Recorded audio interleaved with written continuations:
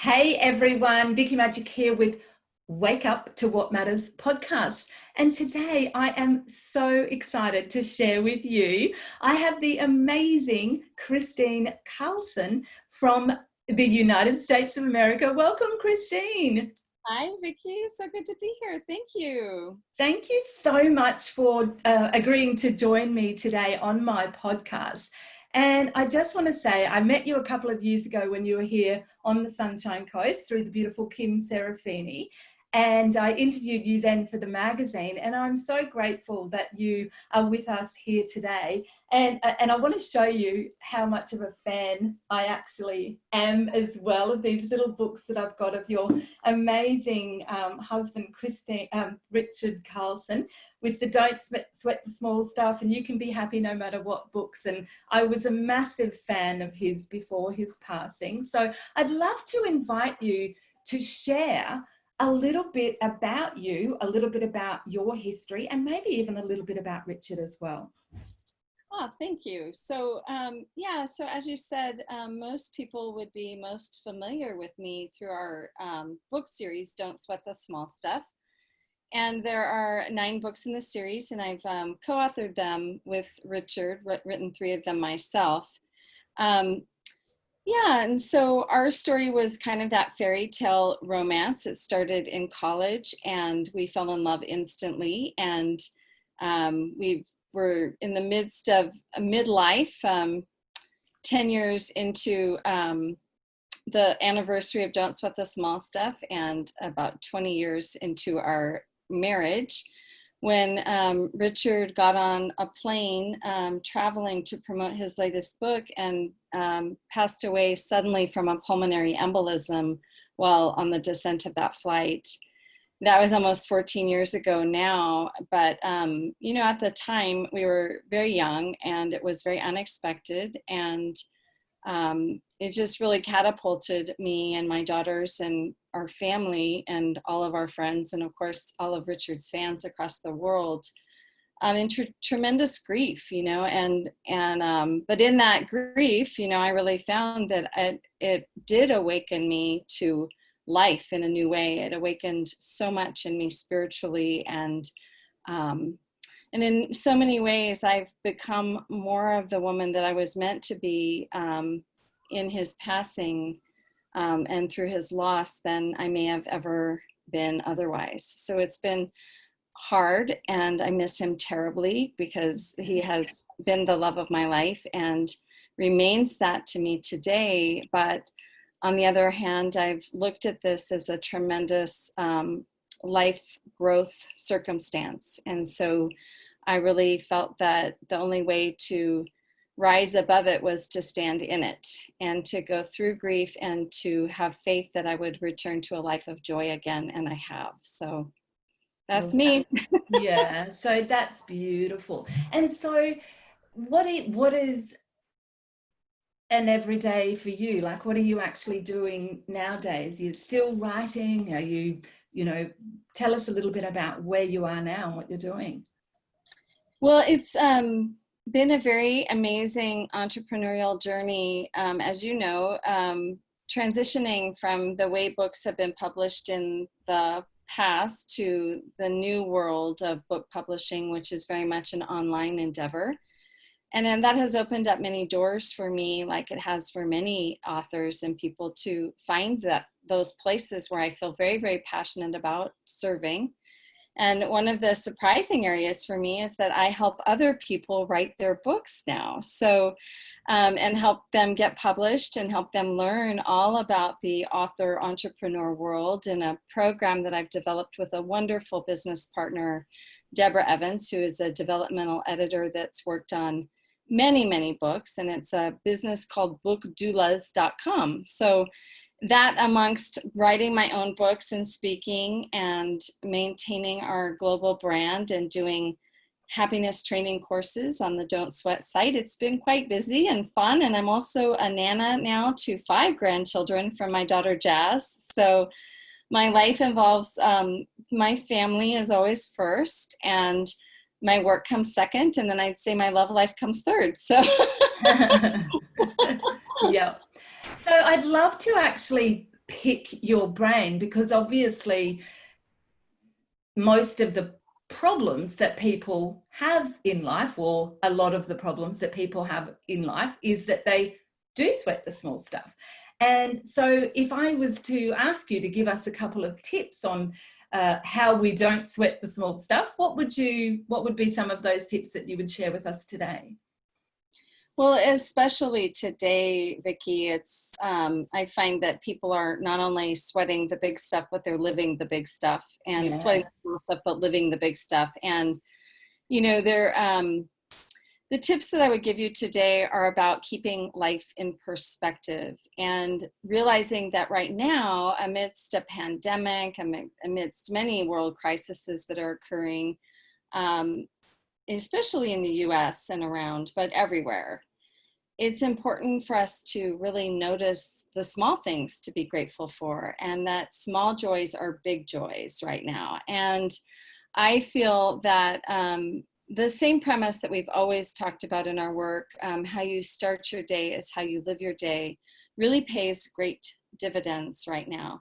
Because while people are having all sorts of experiences on this COVID coaster of emotions, really the best thing that you can do is create the grounding practice within yourself, so that we can't really rely on the world to give us this feeling of safety right now. We have to find safety within. And the only way to do that is to really tune into it and to practice. And I teach a golden pause on my podcast and in my business, and something we've written about in all of our books. It's a very subtle meditation. I can lead you through one now if you like. Let's do it. Okay, cool, because it only takes a couple of minutes. So, okay, so awesome. Just sit comfortably with your legs uncrossed and your hands open on your lap, and just begin to breathe. And as you breathe in through your nose, allow your chest and your belly to fully expand, taking in the fullness of your breath. And on the exhale, just go ahead and release and let go. And breathing in pure golden sunlight to the top of your head, to the tips of your fingers and your toes, throughout your whole body. On the exhale, just relax and sink deeper into the breath. And breathing in pure golden sunlight to every cell of your being, place your hand on your heart, activating your heart, opening your heart, awakening your heart, and spend a moment thinking of one thing that you feel grateful for. Just one. Could be just this breath right here, right now. And as you pause in this golden gratitude and breathe in pure golden gratitude to every cell of your being, on the exhale, let go of all fear. And breathing in pure golden gratitude to the top of your head, to the tips of your fingers and your toes, exhale and let go of what doesn't serve you. And breathing in pure golden gratitude to every cell of your being, on the exhale, allow it to wash over you like a cascading waterfall of pure joy. And breathing in that golden gratitude again to every cell of your being, on the exhale, open your eyes. And so that's as simple as taking a golden pause is. And the more you practice just tuning inward, tuning into your gratitude, calming down, breathing, noticing your breath, being extremely present to what you are grateful for, you can just feel that peace and that calm and that joy that resides within. And I always say that joy is always present, but what's often missing is us.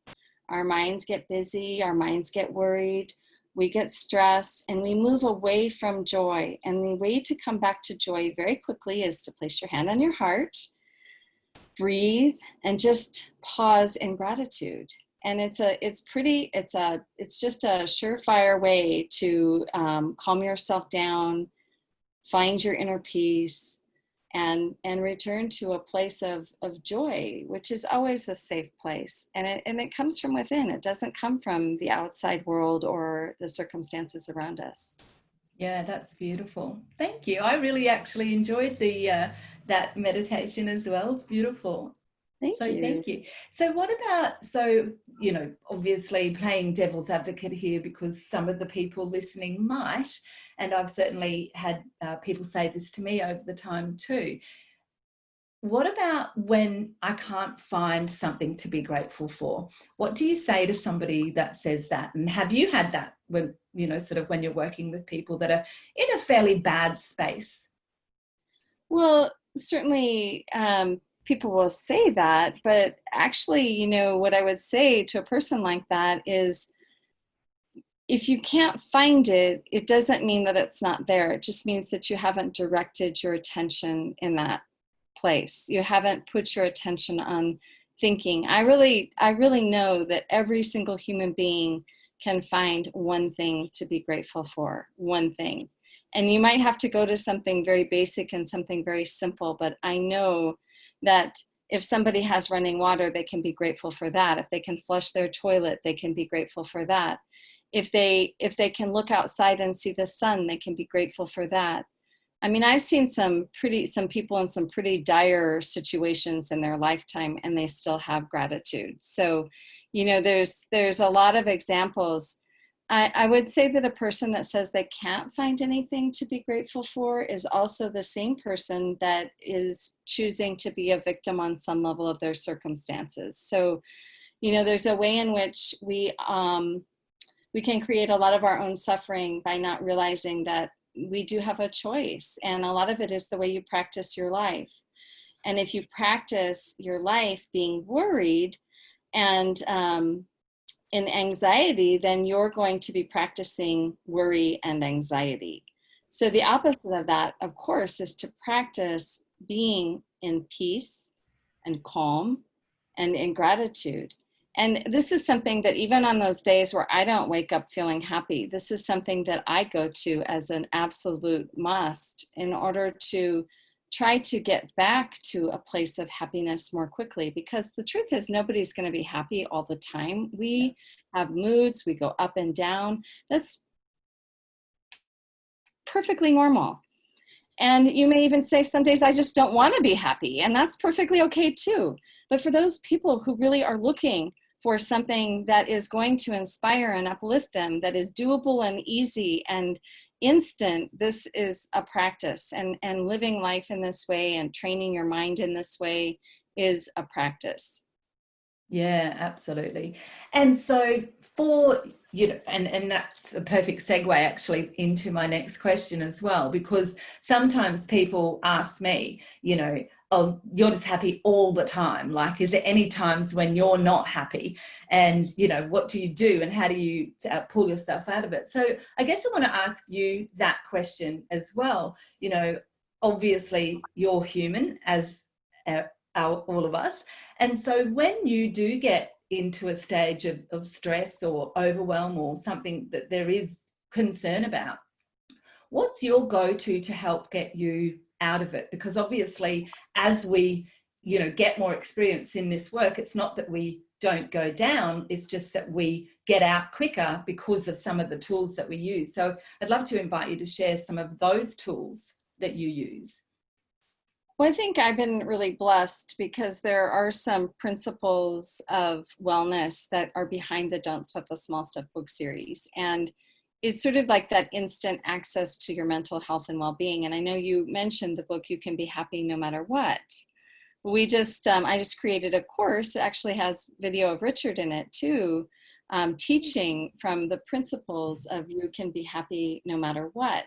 And so these principles are really just understandings of how to access your own healthy mental, psychological functioning, as it's called in that body of work. And so it's really about being able to access your wellness. So one of the things that's really prominent is the whole principle of thought, and how once you realize that thought is something that is inherent to us as breathing is. It's something that we do involuntarily and voluntarily. But when it's involuntary, our thoughts can running astray. Our thoughts, if they're not, I don't like the word control because I don't believe in controlling our thoughts, but I do believe in mastering our minds. And the way to mastery of the mind is to be able to start to quiet the mind, tame the monkey mind. Do that through forms of meditation and sitting quietly and being present. The mind has a difficult time with presence, but if you can concentrate on your breath and you can bring your attention back to the present moment as a practice, that's extremely helpful, because then you can begin to witness your busy mind. And once you can witness your busy mind, you can shift out of that busyness. And simply because we do have a choice. We don't have a choice once we've had a negative thought, but we have a choice in how we proceed forward. And if you can start to see your thoughts like dominoes in a row, which is a very deeply practiced person, you know, when you can start to see and know that your thinking becomes a barometer of what you're feeling and your moods, because you can't have a negative feeling without having a negative thought first. And you can just play a little experiment with yourself if you don't believe that to be true. But what I do is, if I'm in a mood and I'm not feeling well, I ask myself to ask the question, what are you thinking right now? What have you been thinking? And so at that point, I'm in a choice point. At that point, once I'm able to recognize that it is my thinking, then I can move and allow and sort of diffuse that thinking and not take it so seriously. Because when you're in a low mood, and again, low moods are totally normal. We all have moods and they go up and down like the weather. You know, I think what's scary for people that suffer like from chronic depression and so forth is that their moods just seem to be always low. Yeah. And kids suffer from that too. They think, well, low mood is going to be going on forever. But what happens, I think, a lot of times for people, Vickie, is they just don't notice when their mood bumps up. That part is invisible to them. They don't notice those moments where they aren't low, because they're so in their lows when they're low. But I think that's another part of awareness, is that when you can start to notice a subtle shift, and maybe what people are looking for is a monumental shift too. Like sometimes just a subtle shift of feeling better feels much better than feeling low. It's a little bit like having a nauseous tummy and then taking a Tum and then feeling much better, or you feel, you know, you're not feeling as sick. It's kind of like that with your moods. It can be very subtle. So I think that understanding is deep, but it's profound. And when you can start to really take responsibility for your own thinking and your own happiness, then you're really making some true leverage toward being able to get yourself out of some spots pretty quickly. Yeah, absolutely. I'd love to, and you've probably got a lot of these, but I'd love to know one of your, or even a few of your all-time favorite quotes. Oh my gosh. Well, they're mostly Richard Carlson quotes, of course. Goody. So I love the one, will this matter a year from now? Because that's such a powerful statement. You know, when something's going to matter a year from now, you know you have a problem, a real problem. But if you can say, no, this isn't going to matter a year from now, you know you're sitting on something where all you need to do is gain some better perspective. You know, another one is see the ordinary as extraordinary. I always get it mixed up, but the essence is that. See the extraordinary in the ordinary? Yes. See the extraordinary in the ordinary. Thank you. Because the essence is that everything, if you can really see that ordinary is extraordinary, then that's when your small joys become big joys. Yeah, absolutely. And I love if you slow down long enough, happiness might just catch up to you. That's a Richard Carlson quote. Oh, I love that one. I like that. Slow down and let happiness catch up. Yeah, that's really good. Yeah. Well, the way that you said it, I love it. Yeah, because that's the thing, isn't it? A lot of times we're just so fast-paced that we're doing, that's when the overwhelm does come in, and it's difficult to be happy and overwhelmed at the same time, isn't it? Yeah, and I think in this time of COVID, we can consider ourselves blessed that we have this opportunity to slow down and to kind of readjust and to look at life with a new lens. You know, I know for me, it's been a wonderful reset on so many levels, just to be able to slow down in my life. You know, when things are just humming along, they just keep getting faster and faster and busier and busier. And then suddenly, you know, this was like a big train screeching to a halt. Although I have to say, I was really enjoying a lot, you know, just having it slow down and just getting more sleep and more rest, and even just the social part of my life shifting so much and dramatically gave me more space for other things. Yeah, absolutely. I concur. We had to stop, you know, virtually all socializing for quite a while, and it was actually nice to not go out as much, to be honest. Yeah, I mean, you save a lot of money. It's like, Yeah. you know, you've got more time. You know, if you can redirect your energy into things that, you know, and be enthusiastic about other things, then it's not a bad deal. Yeah, absolutely. And so for my last question, and this is kind of a big one, because there's so many people out there right now in the world, and potentially listening to this podcast as well, who really are on struggle street right now. They maybe have lost their job, they maybe have lost their business, they maybe have lost even their home, their livelihood. And so these people are potentially in a really bad shape right now. What do you think could be some tools that might help to get them out of that? What advice would you give? What tools would you give? Well, you know, the things that you've mentioned are, of course, extreme, serious conditions, you know, and, you know, you can't really offer the same tools to a person like that as you would somebody who has their home or Yeah. is still working and all of that, you know. But I would say that be sure to look for help and assistance. You know, don't let your pride get the best of you. Look for your community. Ask for your community to show up, and that would be the first thing, is to look for support. Yeah.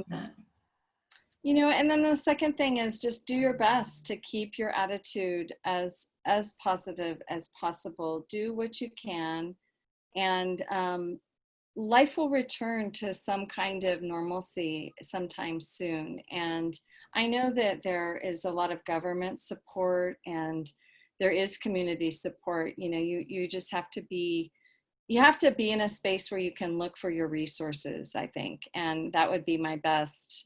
And then do your best to keep your attitude, you know, as good as you can for yourself and your family. And my prayers are with those people. I realize that what I have to say might feel very, very trite to those people, and I don't know how to address that, to be honest. All I can say is that I too have had dark days in my loss and different times in my life. And I just have had to hold on to whatever hope I can and whatever faith I can, and to also lean on others. Yeah, and that is really good advice as well. And I guess along those lines as well, one of my favorite sayings is everything will be okay in the end. And if it's not okay, then it's simply not the end. That's beautiful. Yeah. So, and that's true, isn't it? You know, that the old everything's figure outable, it is really true. There's always a solution to every single problem, and no matter how big that problem is at the time. So thank you so much for your time today, Kristine. I'm like thrilled to have you with us. Before we leave, is there anything else that you would love to share with our listeners today? Anything that you like, oh, I'd love to just tell them this? Oh gosh, you know, I just love to tell them that, you know, just to hang on, you know, be as positive as you can during this time. Work on yourself, work on your inner growth, connect to your spirituality, you know, do those things, because those in the end are what matter most. And if you can connect to your gratitude, that's really going to help you out a lot to learn how to constantly connect to your gratitude. Yeah. So thank you so much. I've really, really loved spending time with you today.